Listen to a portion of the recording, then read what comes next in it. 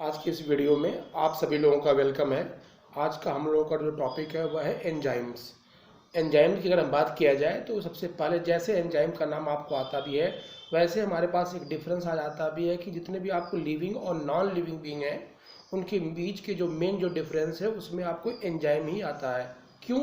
क्योंकि जितने भी आपको लिविंग बीइंग है जिसको आप सजीव बोलते भी हैं, अगर एंजाइम नहीं होगा तो उनके पूरे बॉडी की जो फिजियोलॉजी है विदाउट एंजाइम आपको पॉसिबल आपको नहीं है। अगर हम नाम से के हिसाब से देखें जो एंजाइम है, एंजाइम में दो शब्द है, एक है इन है एक है जाइम है। इन का मतलब होता है इन और जाइम मतलब ईस्ट।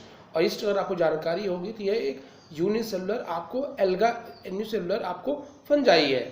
और इसी के आधार पर सबसे पहली बार आपको 1878 में एक साइंटिस्ट है जिनका नाम आपको आइडिया होगा कुएने, इन्होंने इसको आपको नोटिस किया था। वो अलग बात भी है कि आज की डेट में अगर आपको देखा भी जाए तो हमारे पास आपको एंजाइम की उनकी प्रॉपर्टी के आधार पर अलग अलग तरह के निकनेम है। एंजाइम को हम आप बायोकैटालिस्ट बोलते भी हैं। क्यों? क्योंकि एंजाइम सिर्फ रेट और रिएक्शन को बढ़ाता भी है। एंजाइम को हम आप एजेंट ऑफ लाइफ के नाम से भी आप जानते भी हैं, क्योंकि बिना आपको एंजाइम के कभी भी किसी भी आपको लिविंग बीइंग में कोई भी फिजियोलॉजी आपको अकर्ष नहीं हो सकती। इसीलिए इसको हम आप एजेंट ऑफ लाइफ के नाम से भी इंडिकेट करते भी हैं। अगर एंजाइम की प्रॉपर्टी के हिसाब देखा जाए तो आपको आइडिया होगा, एक वैज्ञानिक थे सुमनर, इन्होंने बताया कि जो एंजाइम्स होता है वो प्रोटीनियस ही नेचर होता है। जब प्रोटीनियस ही नेचर होगा तो जाहिर सी बात है प्रोटीन है तो उसकी यूनिट अमीनो एसिड भी आपको होगी। अगर एक नॉर्मल सा फिजियोलॉजी के हिसाब से अगर एक्शन की हम बात करें तो जितने भी आपको जो एंजाइम्स आपको होते भी हैं वह एक स्पेसिफिक टेम्परेचर और एक स्पेसिफिक पीएच पर काम करते हैं। मतलब टेम्परेचर अगर घटा बढ़ा देंगे तो एंजाइम की जो एक्टिविटी है वो प्रभावित हो जाएगी। जैसे अगर ह्यूमन बीइंग के हिसाब से देखा जाए तो लगभग 30 से 40 डिग्री सेंटीग्रेड के आसपास अगर टेम्परेचर है तो बहुत ही बेहतर तरीके से बॉडी में एंजाइम परफॉर्मेंस देते भी हैं। अगर मान लीजिए टेम्परेचर फ्रीजिंग पॉइंट के आसपास आ जाए, काफ़ी ठंडा हो जाए, टेम्परेचर काफ़ी कम हो जाए तो उस समय जो एंजाइम होते भी हैं वह इनएक्टिव हो जाते भी हैं। और अगर मान लीजिए कि लगभग टेम्परेचर काफ़ी बढ़ जाए 45 या उससे अधिक अगर हो जाए तो उस समय जो एंजाइम्स जो आपको होते भी हैं वह आपको डीनेचर्ड हो जाते भी हैं, मतलब अपनी पूरी प्रॉपर्टी को वो लगभग खो देते भी हैं। ये तो आपको अगर कह सकते भी है कि एंजाइम के अकॉर्डिंग अगर टेम्परेचर कम हो और अधिक हो जाए, इसीलिए आप देखते हैं कि गर्मी के फील्ड में हम चाह करके भी भोजन अधिक नहीं कर पाते। कारण आपको बाहर का टेम्परेचर अधिक होने की वजह से आपको जो एंजाइम्स होते भी हैं वो पूरी तरह से डीनेचर्ड आपको हो जाते भी हैं। अगर हम एक IUB international union of biochemistry के हिसाब से देखें तो एंजाइम को होलो एंजाइम कहा गया। उस होलो एंजाइम में दो कैटेगरी बनी। एक जो एंजाइम का जो प्रोटीनियस पार्ट था उसको लोगों ने एपो एंजाइम कहा, और जो नॉन प्रोटीनियस पार्ट था उसको लोगों ने कोफैक्टर के नाम से इंडिकेट किया। जो कोफैक्टर था उसके अंतर्गत लोगों ने 3 अलग अलग कैटेगरी बताई, जिसमें प्रोस्थेटिक ग्रुप, मेटलिक एक्टिवेटर और आप उसके साथ साथ आपको जो मिलेंगे वो है को एंजाइम।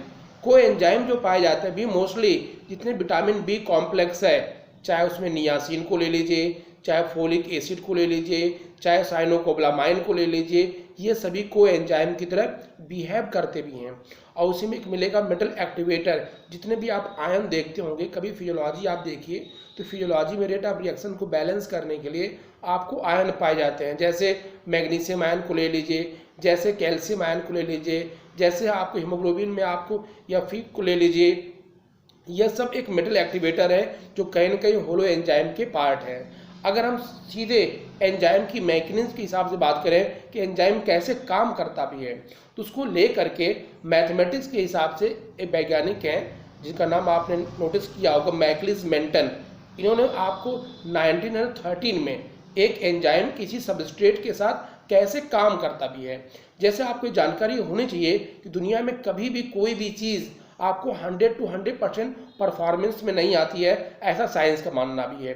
उसके हिसाब से मैकलिस एंड मेंटन ने दोनों वैज्ञानिकों ने मिल करके एक मैथमेटिकल कॉन्सेप्ट दिया एंजाइम और सबस्ट्रेट के आधार पर। उन्होंने कहा कि कभी भी कोई भी एंजाइम जब कभी किसी सबस्ट्रेट के साथ रिएक्ट करता है तो उसकी मैक्सिमम वेलोसिटी का वह आधा होता भी है।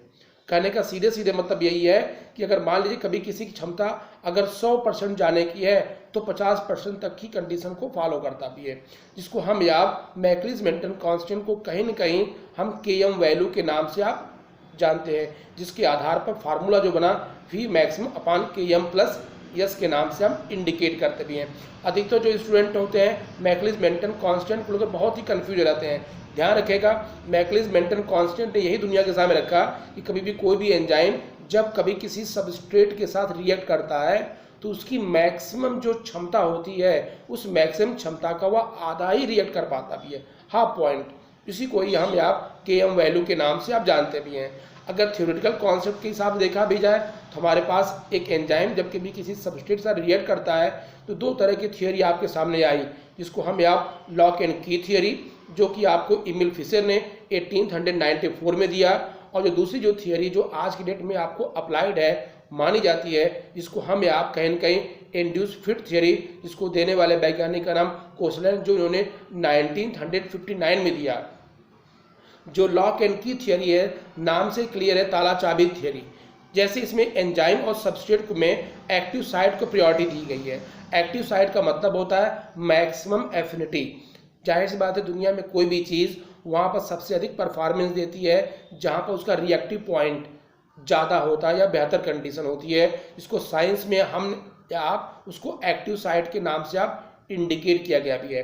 तो एक्टिव साइट के आधार पर लॉक एंड की थियोरी, जैसे एक स्पेसिफिक ताले के लिए एक स्पेसिफिक चाबी होती है, उसी तरह से एक स्पेसिफिक आपको सबस्ट्रेट के लिए एक स्पेसिफिक आपको एंजाइम होता भी है। हालांकि ये थियोरी आज के डेट में ज़्यादा एक्सेप्टेड नहीं है, लोगों ने रिजेक्ट कर दिया है। आज के डेट में इंड्यूस फिट मॉडल है, जिसके आधार पर सबस्ट्रेट एंजाइम को अपने हिसाब से आपको कन्फर्मेशनल चेंज कर लेता भी है, जो कहीं न कहीं इंड्यूस फिट मतलब अकॉर्डिंग टू कंडीशन अपने आप को अडॉप्ट करता भी है। तो ये कुछ बेसिक जो चीज़ें हैं जो एंजाइम्स के बारे में आपको इंडिकेट किया गया भी है। उसी में अगर आपको देखा जाए क्लासिफिकेशन की बात करें तो इंटरनेशनल, अभी हमने स्टार्टिंग बोला था, इंटरनेशनल यूनियन ऑफ बायोकेमिस्ट्री, जिसको IUB के नाम जानते भी हैं, उसमें 6 अलग अलग एंजाइम की कैटेगरी बनी, जिसमें जो सबसे मोस्ट कॉमन एंजाइम है वह हाइड्रोलेज। आपको पता होगा जितने भी एंजाइम आपको होते भी हैं उनको सफिक्स के फॉर्म में एज शब्द का इस्तेमाल आपको लगता भी है। जैसे आप किसी को अभी आप ले लीजिए, आप कई ऐसे एग्जाम्पल आपको मिलेंगे जहाँ पर आपको एज, जैसे पेप्सिनोजेन, अगर हम एग्जाम्पल आपको रखें पेप्सिनोजेन, तो पेप्सिनोजेन में देखा होगा आपने GEN लगा हुआ है। GEN का मतलब सीधे सीधे होता है कि कोई भी ऐसा एंजाइम जो इनएक्टिव फॉर्म में हो। जब कभी कोई भी एंजाइम जब वो इनएक्टिव फॉर्म में आपको होगा तो उसको हम आप जाइमोजन स्टेज बोलते हैं, ZYMOGEN, और जाइमोजन स्टेज के लास्ट में GEN होता है। इसलिए बहुत से ऐसे एंजाइम मिलेंगे जो आपको इनएक्टिव फॉर्म में होते हैं। तो इनएक्टिव फॉर्म में जो एंजाइम होते हैं उनको हम आप सफिक्स के फॉर्म में GEN का इस्तेमाल लगाते हैं। जैसे हम एक सिंपल सा आपको एग्जांपल आप दे दें समझाने के लिए, स्टोमक में निकलने वाला प्रोटीन डाइजेस्टिव एंजाइम पेप्सिनोजेन, जब ये हमारे बॉडी में पेप्सिनोजेन निकलता है तो हाइड्रोक्लोरिक एसिड का एक्शन होता है HCl का, जिसकी वजह से ये जो इनएक्टिव पेप्सिनोजेन है वह एक्टिव पेप्सिन में आपको आ जाता भी है। तो मेन कनेक्शन है कि एंजाइम को लिखने का अपना एक्टिव और परफॉर्मेंस के हिसाब से कैसे काम करते हैं। तो जितने भी एंजाइम आपको होते भी हैं उनको सफिक्स के फॉर्म में एज का इस्तेमाल किया जाता भी है, और जो इनएक्टिव एंजाइम होते हैं उनको हम आप जाइमोजन स्टेज के नाम से आप इंडिकेट करते भी हैं। तो क्लासिफिकेशन के हिसाब से देखा जाए तो कई अलग अलग तरह के क्लासिफिकेशन, हाइड्रोलेज एंजाइम है, आइसोमेरेज है, लाएज है, लिगेज है, ऑक्सीडोरिडक्टेज है, ट्रांसफरेज है। ये टोटल आपको 6 आपको कह सकते हैं कि एंजाइम के अलग अलग आपको कैटेगरी है। हालांकि एंजाइम्स को इतने छोटे टर्म में आपको डिफाइन करना थोड़ा मुश्किल है, क्योंकि इसके अंतर्गत अगर मैकलिस मेंटन कांस्टेंट को देखा जाए, या अगर हम बात कर लें कि सीधे सीधे जो आपको अलग अलग जो थियरी दी गई है, लॉक एंड की थियरी, और भी एंजाइम की बहुत सी प्रॉपर्टी है, लेकिन यहाँ पर सिर्फ आपको हम एक बेसिक आपको आइडिया दे रहे हैं कि एंजाइम क्या होता है। बस ये याद रखिएगा कि एंजाइम जितने भी आपको होते भी हैं वह सभी आपको प्रोटीनियस इन नेचर होते हैं, बायोकैटलिस्ट होते हैं, एजेंट ऑफ लाइफ की पूरी प्रॉपर्टी को आपको फुलफिल करते हैं। एंजाइम एक स्पेसिफिक टेम्परेचर और एक स्पेसिफिक पीएच पर आपको वर्क करते हैं। जैसे टेम्परेचर कम होगा, जैसे ह्यूमन बॉडी के हिसाब से 30 या 40 डिग्री सेंटीग्रेड, क्योंकि हमारे बॉडी का टेम्परेचर ही 37 डिग्री सेंटीग्रेड है। जैसे टेम्परेचर कम होगा तो एंजाइम की एक्टिविटी जो है प्रभावित होगी, जिससे एंजाइम इनएक्टिव हो जाएगा। और अगर मान लीजिए टेम्परेचर काफ़ी बढ़ जाए तो एंजाइम जो होता है वो अपने स्वभाव को खो देता है, जिसको हम या आप कहीं ना कहीं डीनेचर्ड के नाम से जानते भी हैं। तो इस वीडियो में सिर्फ हल्की सी आपको एंजाइम क्या प्रॉपर्टी है वो आपको एक्सप्लेन किया गया है। नेक्स्ट और वीडियो में हम एंजाइम के बारे में और प्रॉपर्टी को डिफाइन करेंगे।